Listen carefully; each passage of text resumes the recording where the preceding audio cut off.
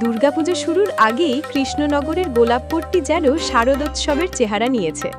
এখানে ৩৫০ বছরেরও বেশি প্রাচীন ঐতিহ্য মেনে অনুষ্ঠিত হচ্ছে মহিষমর্দিনী পূজা, যেখানে পূজিতা হন দেবী দুর্গা, মহিষাসুর ও ২ সখী সহ। এই পূজার সূচনা হয়েছিল নবাবী আমলে, যখন বাংলায় মুর্শিদাবাদে নবাবদের রাজত্ব ছিল। সেই সময় নদীপথ ছিল ব্যবসা বাণিজ্যের মূল রাস্তাগুলির একটি। নদীপথে মালপত্র পরিবহনের সময় বারবার জলদস্যুদের হাতে আক্রান্ত হতেন বণিকরা। লুট হতো তাদের সমস্ত ব্যবসার সামগ্রী।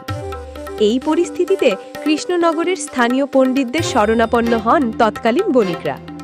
কথিত আছে, বণিকদের মধ্যে একজন স্বপ্নাদেশ পান, ঝুলন পূর্ণিমার আগের অষ্টমীর তিথিতে মহিষমর্দিনী দুর্গার পূজা করলে এই দুর্দশার সমাধান হবে। সেই থেকেই দুর্গা প্রতিমা প্রতিষ্ঠা করে নিয়ম মেনে পুজো শুরু করেন বণিক সম্প্রদায়, আর শুরু হয় মহিষমর্দিনী পূজা।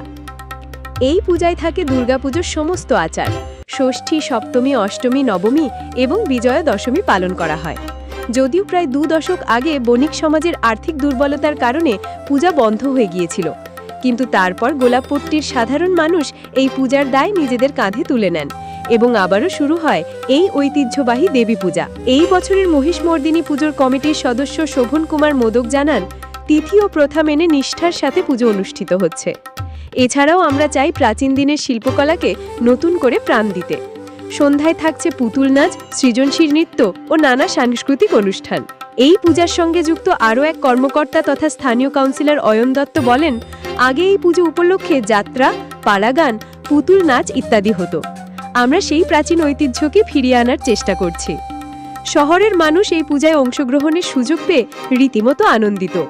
দুর্গাপুজোর আগেই মা দশভুজার আরাধনায় মেতে উঠেছেন কৃষ্ণনগরবাসী। একদিকে ঐতিহ্য, অন্যদিকে বিশ্বাস, দুই মিলিয়ে গোলাপপট্টির মহিষমর্দিনী পূজা হয়ে উঠেছে এক অনন্য সংস্কৃতি ও ভক্তির উৎসব। নদিয়ার কৃষ্ণনগর থেকে অর্ণব মজুমদারের রিপোর্ট, স্টিং নিউজ। আমাদের প্রায় ৩৫০ বছর আগেকার এই পুজো। আমার মনে হয় নদিয়া জেলার প্রাচীন পুজোগুলোর মধ্যে এটা একটা অন্যতম। আর এটাই মহিষাসুরের মর্দিনী। এর একটা ইতিহাস আছে। এই এলাকাটা ছিল মূলত ব্যবসাদারদের এলাকা। নদী দিয়ে পারাপার করে ব্যবসাদাররা বিভিন্ন জায়গায় বাণিজ্য করতে যেত। ওই সময় জলদস্যুরা অনেক সময় আমাদের নৌকা বা জাহাজগুলোকে আটক করে অনেক সময় ডাকাতি করতে, লুটপাট করতে বা অত্যাচার করতে। তো এই সময় ব্যবসাদাররা তখন এই যখন পরিস্থিতি, তখন তারা স্বপ্ন পায় এবং তারা স্বপ্ন পাওয়ার পর থেকে এই পুজোর সূচনা হয়। এবং মায়ের পুজো করার পর কথিত আছে যে অনেকটা প্রাকৃতিক দুর্যোগ, যারা ব্যবসাদাররা যেহেতু তার ব্যবসার উন্নতি হয়েছে, একদিকে প্রাকৃতিক দুর্যোগ বা জলদস্যুদের আক্রমণ অনেক কমে গিয়েছিল এবং ধীরে ধীরে ধীরে ধীরে এই পুজোর প্রচলন বাড়ে এবং এলাকার বিভিন্ন মানুষ তখন আস্তে আস্তে এই এলাকায় বসতি সৃষ্টি হয় এবং বিভিন্ন মানুষ আস্তে আস্তে দায়িত্ব নিয়ে এটা আস্তে আস্তে পাড়ার পুজো হয়ে যায়। আগে এটা মূলত ব্যবসায়ী সমিতির পুজো ছিল। তারপর থেকে ধীরে ধীরে আমাদের বারোয়ারি এখানে প্রতিষ্ঠা হয় এবং এটা বারোয়ারি পুজো হিসেবেই প্রচলিত হয়ে যায়। পাড়ার বিভিন্ন সিনিয়র মানুষজন সবার সাহায্যে এই পুজোটা আমরা করে থাকি এবং আমরাও একজন সদস্য। এবং এই পুজোকে কেন্দ্র করে আগের পালা গান, বিভিন্ন রকম অনুষ্ঠান, যাত্রা হতো। এবছরও হারিয়ে যাওয়া আমাদের পালা কীর্তন এবং পুতুল নাচ এবং প্রতি বছর অষ্টমী তিথির দিন যেটা আমাদের এখানে একটা অন্ন মহোৎসব দেওয়া হয়। বিভিন্ন এলাকা থেকে মানুষজন আসেন, এলাকাবাসীরা সবাই প্রসাদ খায়। তো সব মিলিয়ে এই পুজোটাকে এবং দশমীর দিন একটা বর্ণাঢ্য শোভাযাত্রা করে কৃষ্ণনগরের বহু মানুষ মানসিক করেন, দেখতে আসেন, দেখেন মাকে। তো সেই জন্য আমরা দশমীর দিনটা একটা ছোট্ট শোভাযাত্রা করে শহরটা, নগরটা প্রদক্ষিণ করে মায়ের বিদায় যাত্রা বা বিসর্জন করে। এই পুজোটা যে মা মহিষমর্দিনীর পুজো, এটা প্রায় আনুমানিক ৩৫০ বছরের ওদিকে এই পুজো। এই পুজোটা সৃষ্টি হয়েছিল তখনকার দিনে সড়ক পথ ছিল না, তখন জলপথে ব্যবসা হতো। তা সেই সময় আমাদের এই গোয়ারি অঞ্চলটা হচ্ছে আমাদের পোস্ট অফিস চত্বর দিয়ে সবগুলোটাই গোয়ারি অঞ্চল। সেই সময় ব্যবসাদাররা সড়ক পথে ব্যবসা করতো। তা ব্যবসা করতে করতে তখন সেই সময় জলদস্যুদের আক্রান্ত হতো এবং জলদস্যু আক্রান্ত হতে তখন সবকিছু ওনারা খোয়াতেন।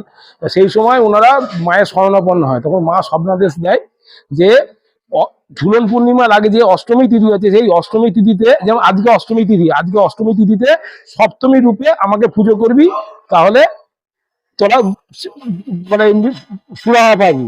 তো তখন থেকে ব্যবসাদাররা এই বারোয়ারি প্রাঙ্গণ তৈরি করে এই 350 বছর আগে এই ব্যবসাদাররা পুজো করে। ক্রমে ব্যবসাদারদের অবস্থা, ব্যবসা খারাপ হওয়ার ফলে তখন আমাদের পাড়ার অধিবাসী বৃন্দরা এই পুজোটা দায়িত্ব নেয়। এই পুজোটা আগে প্রচুর জাঁকজমক ভাবে পুজো হতো, পালা গান হতো, যাত্রা হতো, মেলা বসতো। তা সেই জিনিসটা আস্তে আস্তে আমরা ফিরিয়ে আনছি। এই বছরে আমাদের আজকে পালা গান আছে, কালকে হচ্ছে পুতুল নাচ আছে, তারপরে হচ্ছে নৃত্য অনুষ্ঠান আছে। আর রবিবার দিনকে পাড়ার সারা কৃষ্ণনগরের লোককে খাওয়ানোর জন্য আমাদের ব্যবস্থা করেছি। মায়ের প্রসাদ আমাদের বাড়ারি প্রাঙ্গণে বসে খাওয়ানো হবে। এটা 4 দিন ধরে, আজকে সপ্তমী, অষ্টমী, নবমী, দশমী, মানে একাদশীর দিনকে দশমী হিসাবে বিসর্জন হবে। কোথায় ভাই? এটা গোলাপুরি বারোয়ারি প্রাঙ্গণে। যেহেতু গোলাপুরি নামটা আছে, এখানে আগে গোলা ছিল, ব্যবসাদারদের গোলা ছিল, সেই গোলা থেকে গোলাপুরির নামটা হয়। আর এই বারোয়ারিটা ব্যবসাদারাই প্রতিষ্ঠা মানে তৈরি করেছিল। তারপরে ক্রমে গোলাপুরি বারোয়ারি এটাকে এখানে পুজোটা করে, বা জগদ্ধাত্রী পুজো, দুর্গা পুজো এখানে শুরু হয়। না, আমাদের দুর্গাপুজো হয়, এটা মহিষমর্দিনী, মা মহিষাসুর মর্দিনী হিসাবেই পুজো হয়। এটা স্বপ্ন দেশের আপনাদের পুজো, খুব জাগ্রত ঠাকুর।